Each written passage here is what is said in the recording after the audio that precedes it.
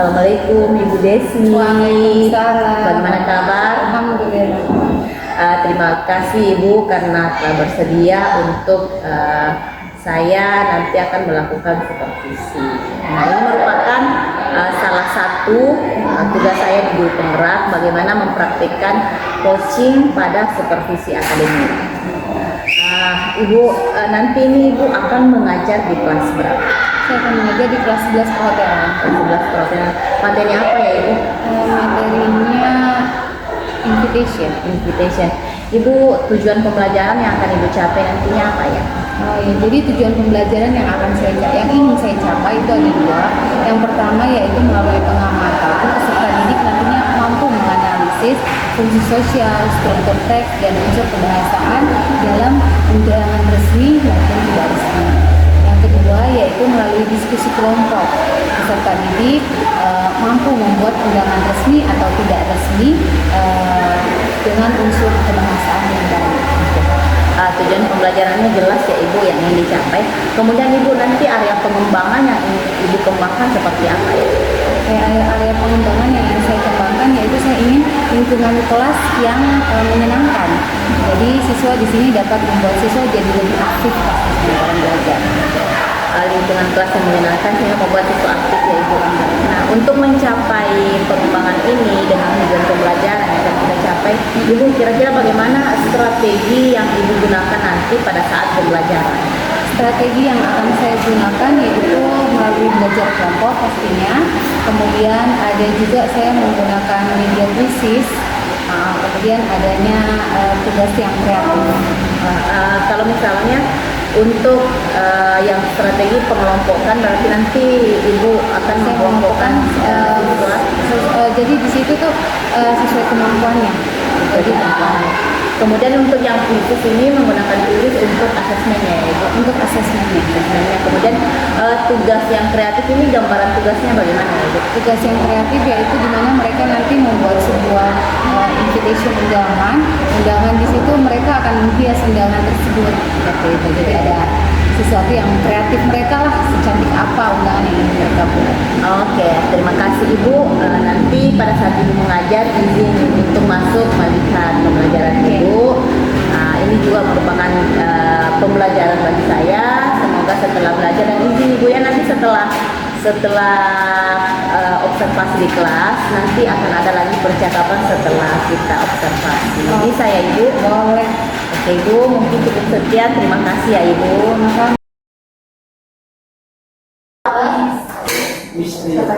Ya, you sudah look at your book in the page 44? Yes, ma'am.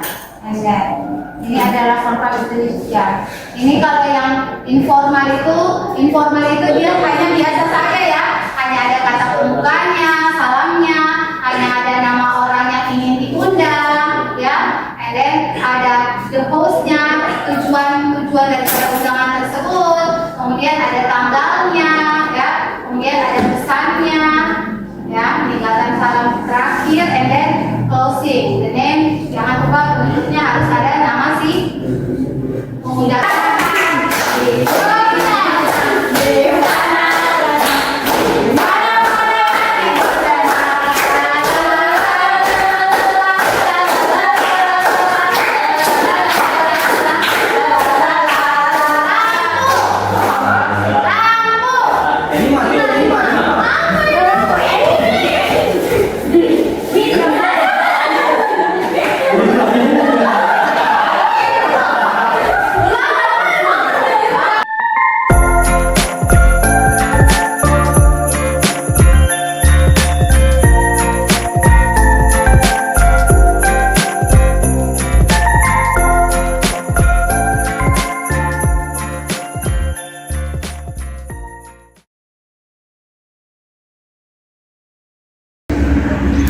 Assalamualaikum warahmatullahi wabarakatuh Ibu Desi.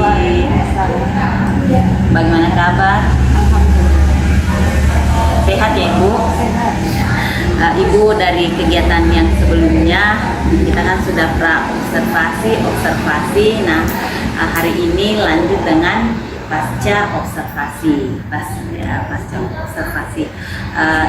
Hari ini kita akan mengajak Ibu kembali mengobrol banyak hal terkhusus pada kegiatan observasi yang telah dilakukan di kelas.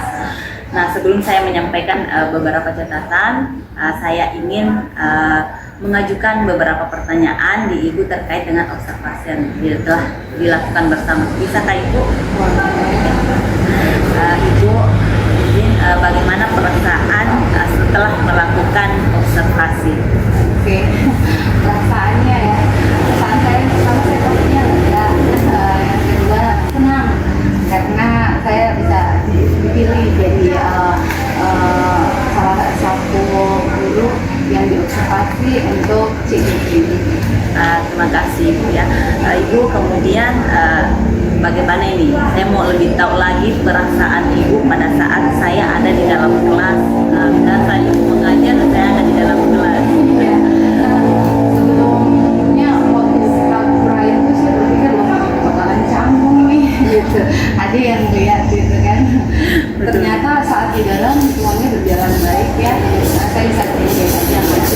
Mungkin ada beberapa siswa saja sih yang mungkin merasa kenapa ya ada yang video gitu.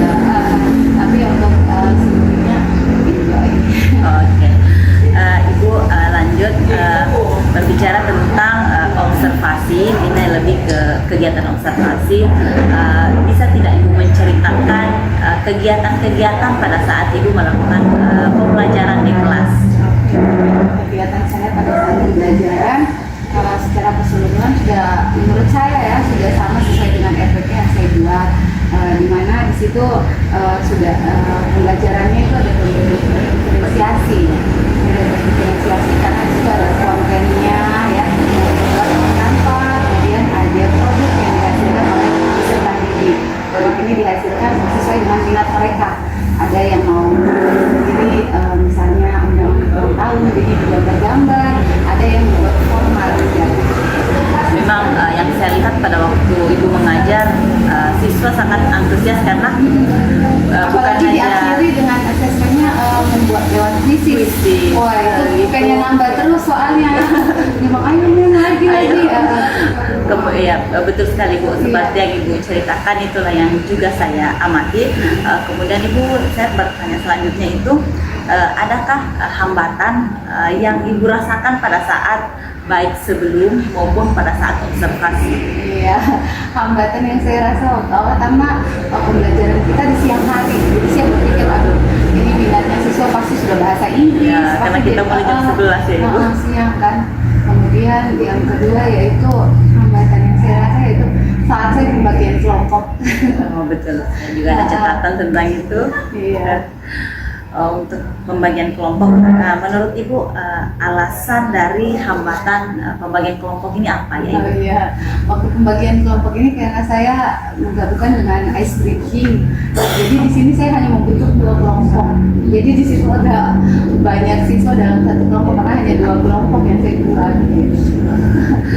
Masih perlu ini ya Ibu untuk pengelompokannya. Nah, dari yang Ibu amati pada saat Ibu melakukan pembelajaran, nah sekiranya dengan masalah hambatan yang tadi, solusi apa yang kira-kira Ibu pikirkan untuk dari hambatan tersebut? Solusinya ya itu saya berpikir untuk rencana pembagian saya berikutnya, yaitu kalau pertemuan berikutnya mungkin saya harus lebih fokus bagiannya merata ya, kemudian lebih dari 2 kelompok, karena kalau 2 kelompok paling memang terlalu padat dalam satu kelompok kan, mungkin lebih kecilkan lagi, mungkin hanya 4 atau 5, kemarin itu 6 ya. Iya. Ibu kan sudah mengetahui dari hambatan ini adalah solusi yang harus saya lakukan. Nah, dari itu kan sudah rencana ya Ibu. Rencana itu pasti harus ditindak, ada tindakan. Nah, kapan tindakannya ini? Penerapannya? Penerapannya akan saya lakukan pada jam pertemuan berikutnya. Pertemuan berikutnya di jam Ibu ya. Iya. Oke, jadi menarik, saya juga waktu masuk di sedikit cerita Ibu pada saat saya mengajar, Ibu mengajar, saya ada di belakang. Ya memang walaupun siang, siswa terlihat aktif sekali karena banyak tidak monoton begitu banyak game apalagi pada saat pembagian kelompok. Nah, sama dengan yang Ibu katakan bahwa memang di catatan saya juga tentang hanya dari segi pembagian kelompok. Kalau dari segi terlihat memang bagus, tetapi pada saat kita amati berkelompok masih. Nah, mungkin ini sedikit masukan dari saya Ibu. Mungkin selain kelompoknya yang dipilah, juga tempat duduknya, tapi melengkapi dari solusi yang Ibu ini. Iya, benar memang. Kemarin sudah banyak, kemudian duduknya itu nggak terlalu jauh, jadi kayaknya yang di sini lagi kelompok lagi berdiskusi, mereka sambil lirik-lirik yang di sebelah gitu. Jadi Apalagi pada saat main kuisis ya. main kuisis, Pada saat main kuisis kan berdekatan, oh ini ya. Tapi secara keseluruhan sih untuk keaktifan siswa sangat aktif, bagus sekali. Dan ini juga ya, kami bukan berarti kami ada di belakang kami yang terbaik ya Ibu, tidak ya Ibu. Cuma kita juga belajar bahwa sebenarnya di kelas saya nantinya juga harus seperti ini. Nah, mungkin cukup dari percakapan kita pasca observasi. Terima kasih Ibu Desi, terima kasih juga Ibu PP saya juga hadir di sini. Saya ucapkan terima kasih. Oke, sekian dari saya. Assalamualaikum warahmatullahi wabarakatuh.